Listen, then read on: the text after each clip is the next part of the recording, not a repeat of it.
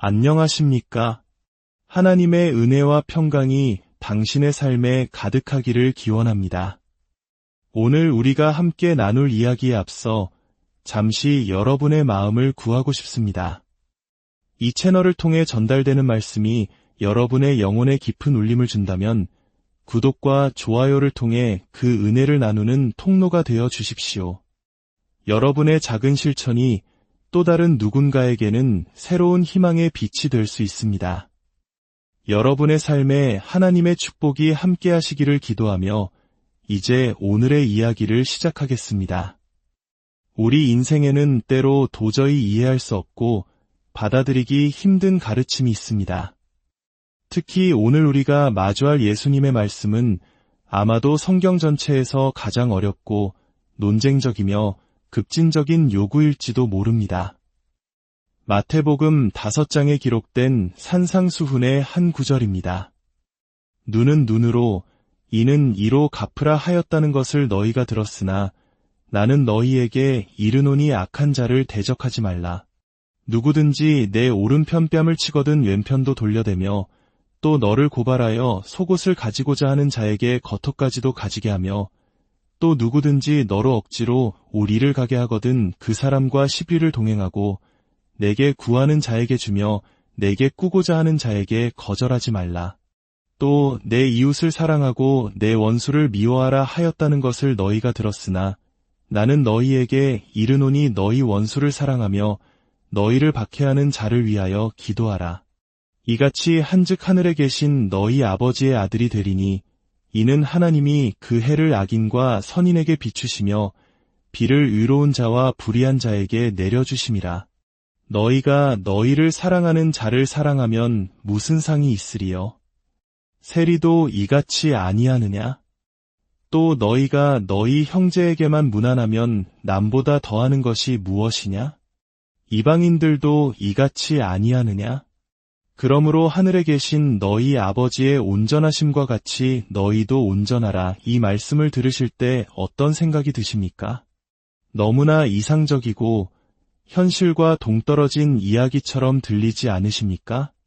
이 말씀은 성경에 기록되어 있고 분명히 우리 주 예수 그리스도의 입에서 나온 진리의 말씀입니다. 우리는 이 말씀대로 살아야 합니다. 하지만 솔직히 말해 우리 마음속에는 여러 가지 질문이 떠오릅니다. 저 역시 마찬가지입니다.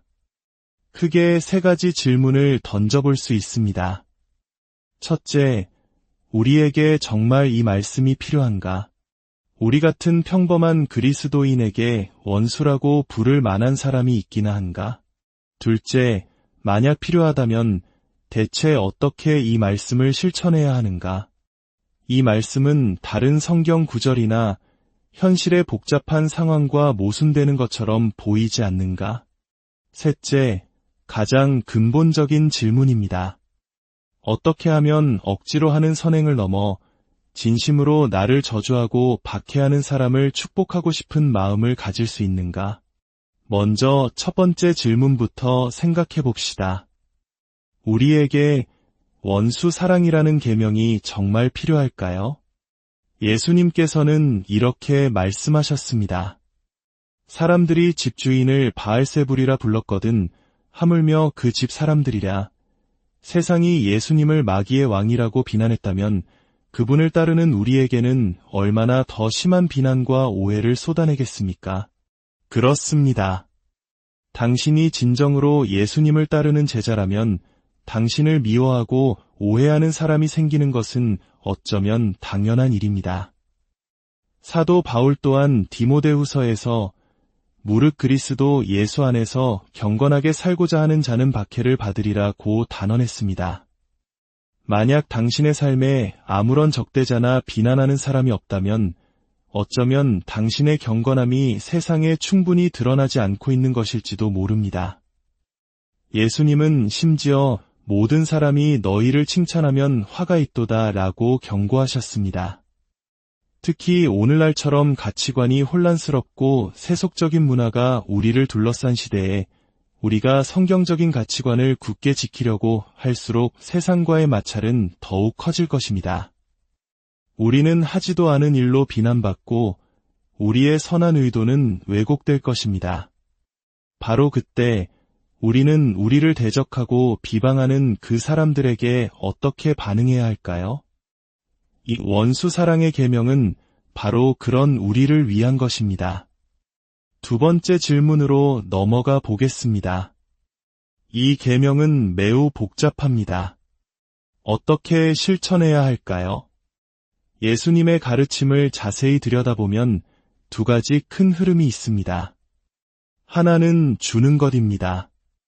속옷을 달라 하면 겉옷까지 주고 오리를 가자 하면 10리를 가지고 구하는 자에게 그냥 주라는 것입니다. 다른 하나는 축복하는 것입니다. 그들의 유익을 구하고 그들을 위해 기도하라는 것입니다.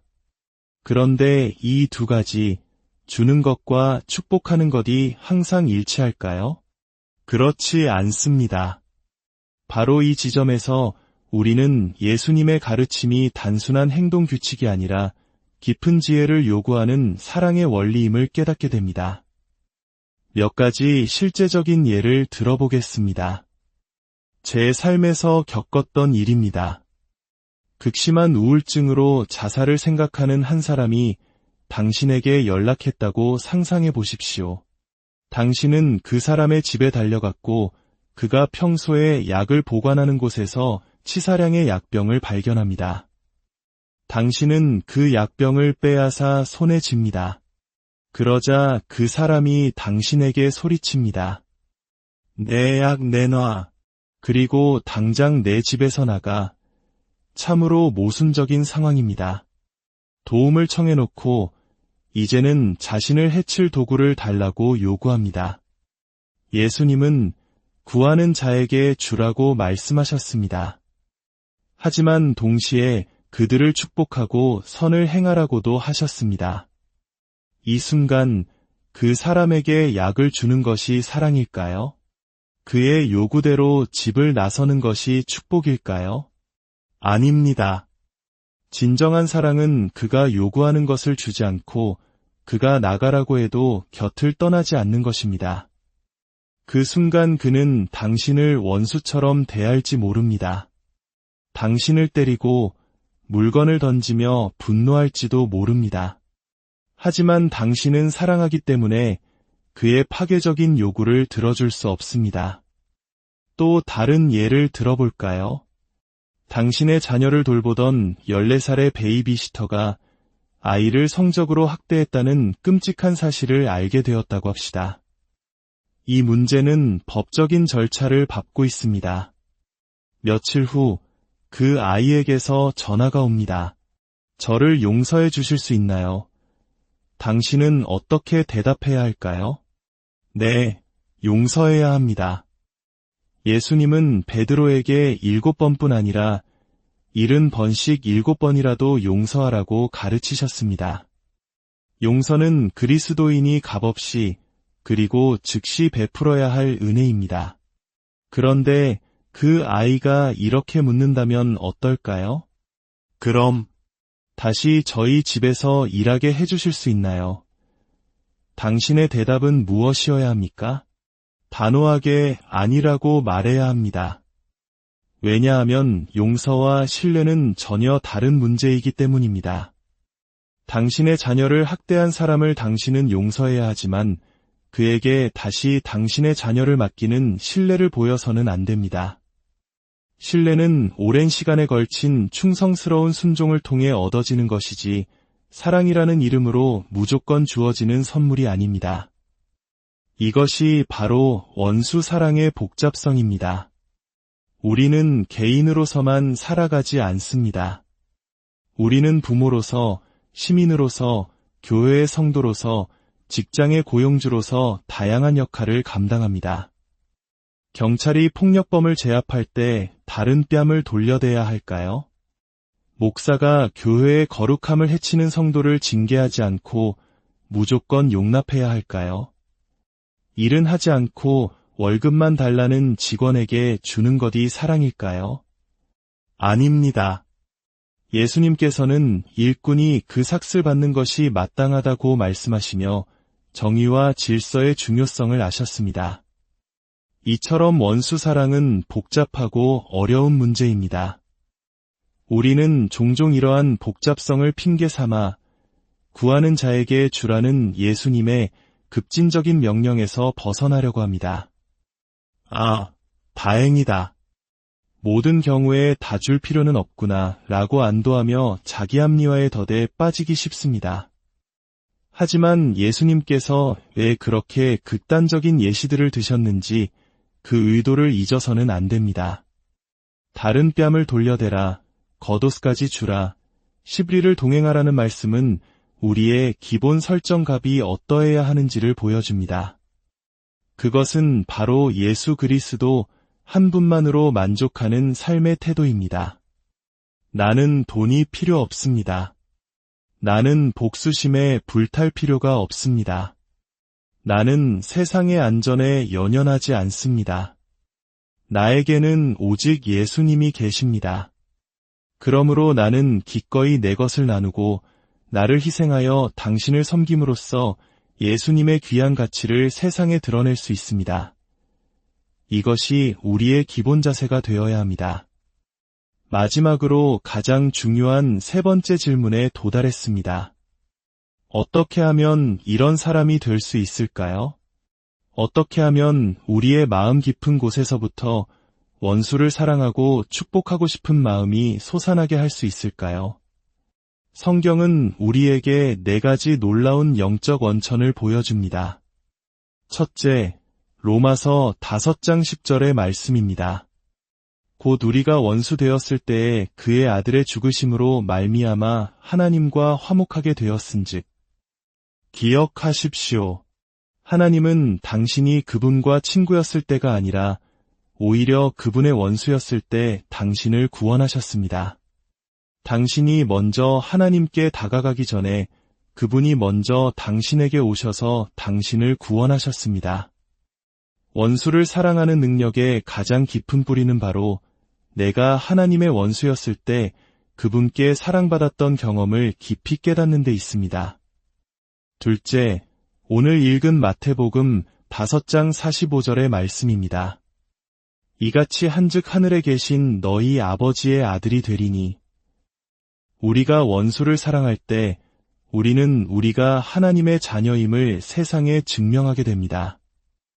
우리 안에 우리 아버지와 같은 거룩한 DNA가 흐르고 있음을 보여주는 것입니다.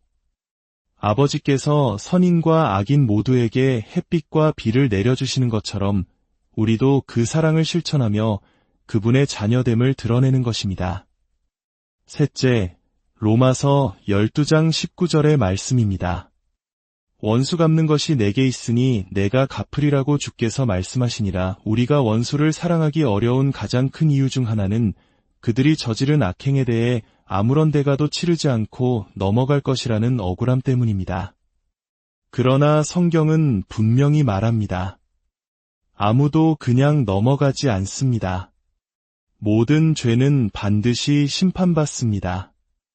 회개하는 자들의 죄는 십자가 위에서 이미 남김없이 처벌받았고 회개하지 않는 자들의 죄는 지옥에서 영원히 처벌받을 것입니다. 정의는 하나님의 손에 있습니다. 그러므로 우리는 복수라는 무거운 짐을 내려놓고 그 자리를 사랑으로 채울 자유를 얻은 것입니다.